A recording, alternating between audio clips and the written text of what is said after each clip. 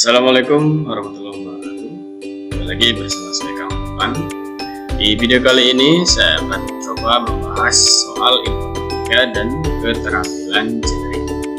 Nah, video tentang informatika khususnya kelas 10 itu sudah saya buat semua. Ya, ada di atas ini playlistnya. Nah, pada kesempatan ini kita akan coba bahas soal informatika dengan bab informatika dan keterampilan jenerik, karena sebentar lagi mendekati PAT. Oke, di kurikulum Merdeka untuk kelas 10. Oke, kita mulai saja. Soal pertama, ilmu yang mempelajari terkait penggunaan baik data maupun informasi pada mesin berbasis komputasi merupakan pengertian dari ada pilihan A. Teknologi, B. Komunikasi, C. Pengetahuan, D. Informatika, dan E. Globalisasi. Oke, jawabannya kira-kira apa jawabannya? Oke, jawabannya adalah informatika. Ya. Kenapa informatika? Ya, sesuai dengan penjelasannya bahwa informatika merupakan disiplin ilmu yang mempelajari terkait penggunaan komputer untuk mengatur dan menganalisis data yang besar, baik data maupun informasi pada mesin berbasis komputasi. Jadi nanti di informatika akan berkaitan dengan bagaimana cara berpikir komputasional. Jadi jawabannya adalah B. Pertanyaan kedua, landasan berpikir yang digunakan dalam belajar informatika disebut dengan A. Berpikir komputasional, B. Berpikir kritis, C. Berpikir logis, D. Berpikir komputerisasi, dan E. Berpikir sendiri. Oke, jawabannya adalah A. Berpikir komputasional. Oke, penjelasannya dalam informatika ada dasar berpikir yang dinamakan berpikir komputasi. Di dalam berpikir komputasi sendiri terdapat 4 pilar, yakni dekomposisi, abstraksi, pengenalan pola, dan algoritma. Dengan berpikir komputasi, siswa akan menjadi berpikir lebih kritis sedini mungkin. Jadi jawabannya, landasan berpikir dalam belajar informatika adalah berpikir komputasi atau berpikir komputasional. Pertanyaan berikutnya, manfaat belajar informatika yaitu A. Agar menjadi hacker, B. Agar menjadi kreatif, C. Agar mengerti cara membedah laptop, D. Agar menjadi tukang servis, ataukah E. Agar bisa meraih cita-cita. Kira-kira manfaat yang paling utama dari belajar informatika apa ya? Yang bermanfaat banget. Oke, jawabannya adalah B. Agar menjadi kreatif ya, dengan tadi dasarnya berpikir komputasional. Oke, penjelasannya dengan mempelajari informatika siswa dilatih untuk menguasai suatu teknologi dan diharapkan dapat menciptakan teknologi baru.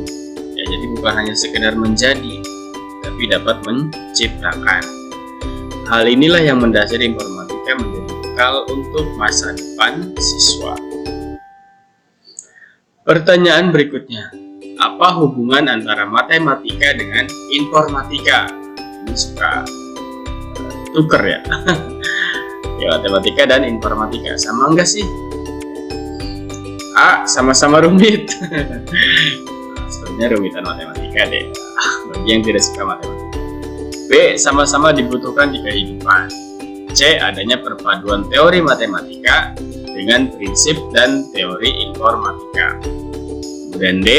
Adanya perpaduan rumus matematika dengan komputer. Atau E. Semua benar. Oke, kita lihat jawabannya.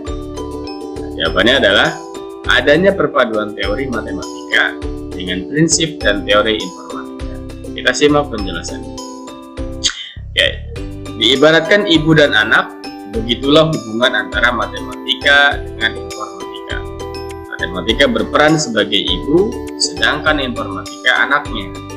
Keduanya sangat sulit untuk dipisahkan. Dalam perkembangan teknologi, matematika memberi sumbangsih tersendiri. Berbagai aplikasi dan program di komputer tidak lepas dari penerapan aplikasi matematika. Jadi, hubungan matematika dengan informatika itu diibaratkan hubungan ibu dan anak. Matematika sebagai ibunya, informatika sebagai anak. Jadi tidak akan ada informatika kalau tidak ada matematika. Kira-kira seperti itu. Oke, pertanyaan berikutnya. Informatika mencakup dua hal, yaitu A. Ilmu pengetahuan dan kebutuhan, B. Kemampuan dan keahlian, C. Ilmu yang bermanfaat, D. Ilmu pengetahuan dan praktik, atau E. Praktik dan tuntunan keahlian. Oke, kita lihat jawabannya. Oke, jawabannya adalah ilmu pengetahuan dan praktik. Coba kita lihat penjelasannya. Teknologi informasi dan komunikasi atau TIK mencakup dua aspek, yaitu teknologi informasi dan teknologi komunikasi. Teknologi informasi meliputi segala hal yang berkaitan dengan proses, penggunaan sebagai alat bantu, manipulasi, dan pengelolaan informasi. Ya, di sana ada berkaitan dengan proses, berarti ada praktik di sana. Jadi informatika itu mencakup dua hal, ilmu pengetahuan dan praktik, atau teori dan praktik. Ya.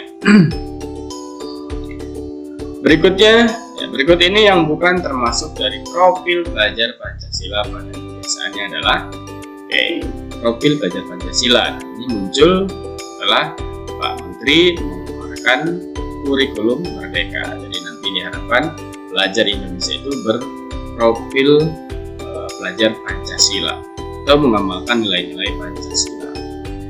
Oke, yang pertama beriman, bertakwa kepada Tuhan Yang Maha Esa, berakhlak mulia. Yang B berkebinekaan global, gotong royong. C mandiri, kreatif. D bernalar kritis, mandiri, individual. Dan E bergotong royong, kreatif, berkebinekaan global. Jawabannya adalah bernalar kritis, mandiri, dan individual. Karena ini pertanyaannya yang bukan, penjelasannya.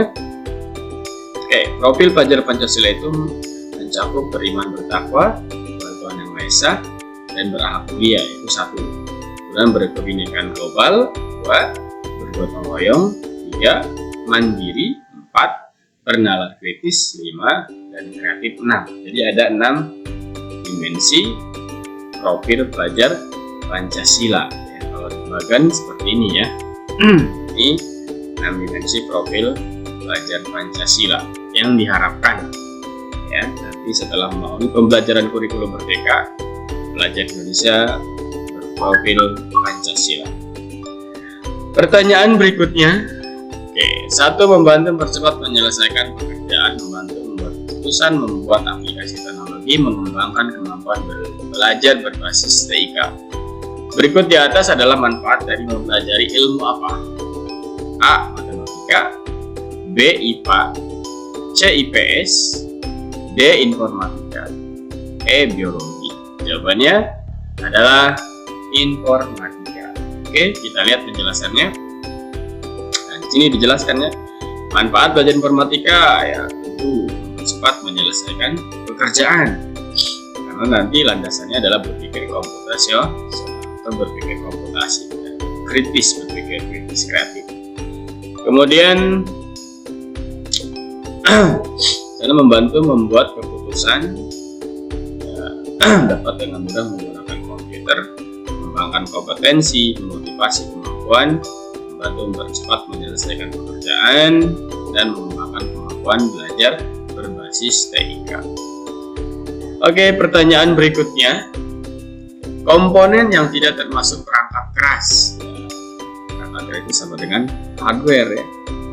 Oke, A. Monitor, B. CPU, C. Printer, D. Microsoft Word, E. Scanner. Oke, jawabannya kira-kira pasti Microsoft Word. Karena karena microsoft termasuk bukan perangkat keras tapi perangkat lunak. Oke, penjelasan macam-macam perangkat keras, ada monitor, keyboard, mouse, CPU, ya, RAM, hard disk, dan lain sebagainya. Ini perangkat keras atau hard disk, ya, perangkat keras atau hard disk, ya, atau hardware, perangkat keras atau hardware itu adalah perangkat yang terlihat atau bisa dirasakan oleh kita, ya. Kalau software, perangkat yang tidak terlihat, tidak bisa dirasakan oleh kita. Baik, berikutnya suatu proses penyampaian ide, produk baru maupun hasil pekerjaan yang ditampilkan serta dijelaskan terhadap para audiens atau hadirin disebut apa nih? A. Kolaborasi, B. Infografis, C. Presentasi, D. Komputasi, atau E. Komunikasi. Kira-kira jawabannya apa? Oke, jawabannya adalah presentasi. Kita lihat penjelasannya.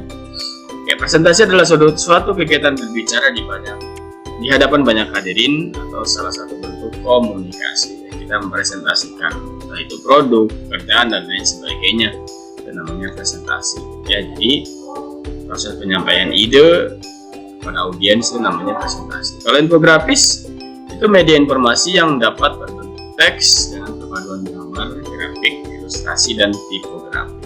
Sedangkan kolaborasi adalah bentuk kerjasama. Nah, komputasi adalah cara untuk menemukan pemecahan masalah. Serta komunikasi yaitu proses ketika seorang atau beberapa orang, ya, menggunakan informasi atau saling berkomunikasi. Pertanyaan berikutnya, ya, ada berpikir komputasional, teknologi informasi dan komunikasi, ada sistem komputer, ada analisis data, ada algoritma dan pemrograman, ada dampak sosial informatika, ada praktik lintas bidang, ada jaringan komputer dan internet. Berikut ini di atas adalah termasuk ke dalam apa? A. Macam-macam ilmu informatika, B. Bentuk teknologi, C. Berpikir kritis, D. 8 elemen informatika, atau E. Computational thinking.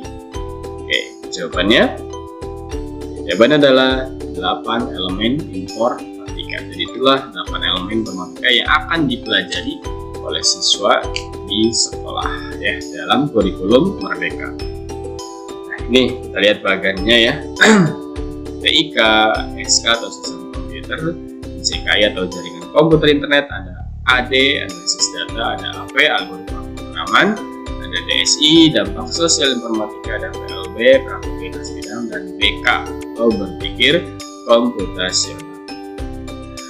Pertanyaan berikutnya, informasi yang berisi teks beserta gambar sehingga mempermudah pembaca menangkap pesan disebut apa?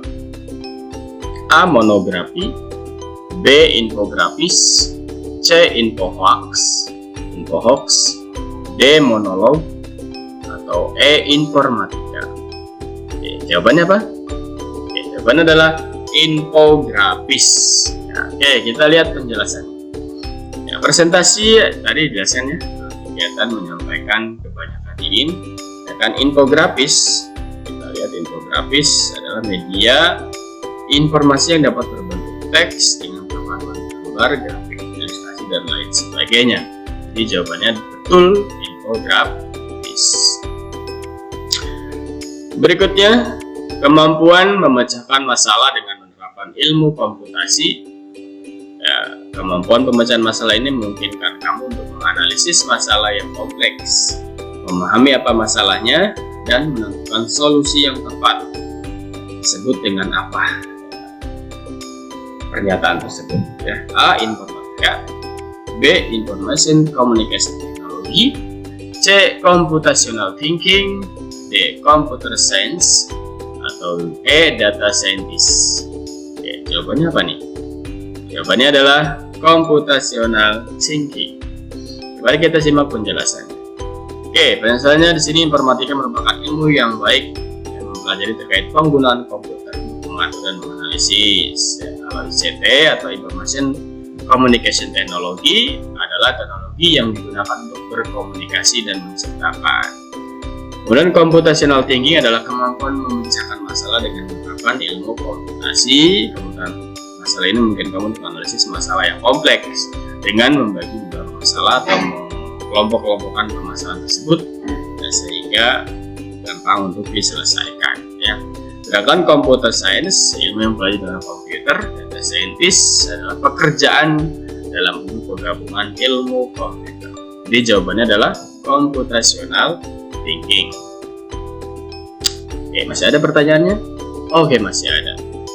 Pertanyaan berikutnya, berikut ini yang bukan manfaat dari computational thinking adalah: A. Mendorong kemampuan problem solving yang efektif. B. Membantu melatih kreativitas. C. Membentuk pola pikir yang logis dan terstruktur. D. Pekerjaan dikerjakan semua oleh komputer.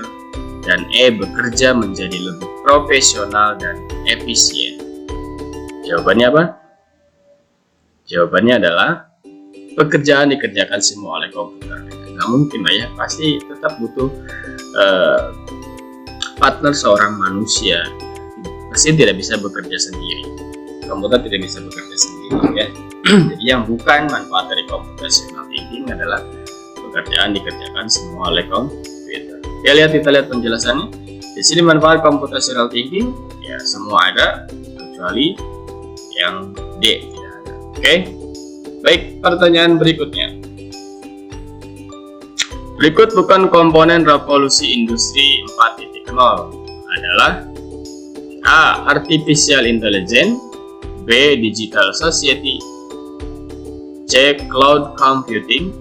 D. Big Data. Dan E. Internet of Things. Jawabannya apa kira-kira?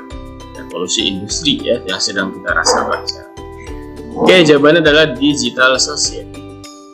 Oke, kita lihat komponen revolusi industri. Ada IoT atau Internet of Things, ada Big Data, Augmented Reality, Cyber Security, Artificial Intelligence, Additive Manufacturing, dan Cloud Computing. Digital Society itu terobosan yang dilakukan oleh pemerintah Jepang ya, namanya 5.0 ya, yaitu menegaskan bahwa tetap dibutuhkan peran serta manusia ya, berkolaborasi dengan komputer. Jadi tidak bisa semuanya dikerjakan oleh komputer ya. Secanggih apapun lah teknologi tidak bisa. Kita harus membutuhkan peran serta manusia.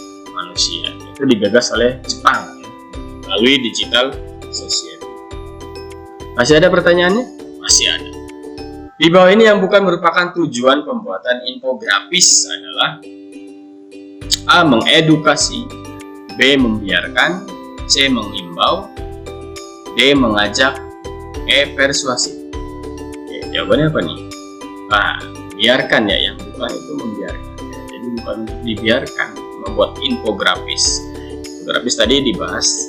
Infografis itu adalah suatu bentuk kampanye dalam bentuk teks ya, perpaduan gambar, grafik, visual, dan lain sebagainya. Oke, penjelasan ini tujuan pembuat infografis untuk menarik perhatian audiens, lebih mudah dimengerti atau mengedukasi juga bisa ya, mudah diingat audiens, persuasif, ya, meningkatkan efektivitas pemasaran digital. Jadi bisa mengajak ya, pemasaran lewat digital lebih mudah, ya, lebih luas jangkauan. Oke, jadi jawabannya adalah B. Oke, apakah masih ada? Oh, selesai. Baik, cukup sampai sini untuk pembahasan soal informatika dan kemampuan generik. Ya, ada beberapa soal, kurang lebih ada 15 sudah kita bahas. Semoga bermanfaat. Kalau ada yang misal keliru atau tidak sesuai, boleh koreksi di kolom komentar. Oke, terima kasih. Jangan lupa untuk like, share, and subscribe. Assalamualaikum warahmatullahi wabarakatuh.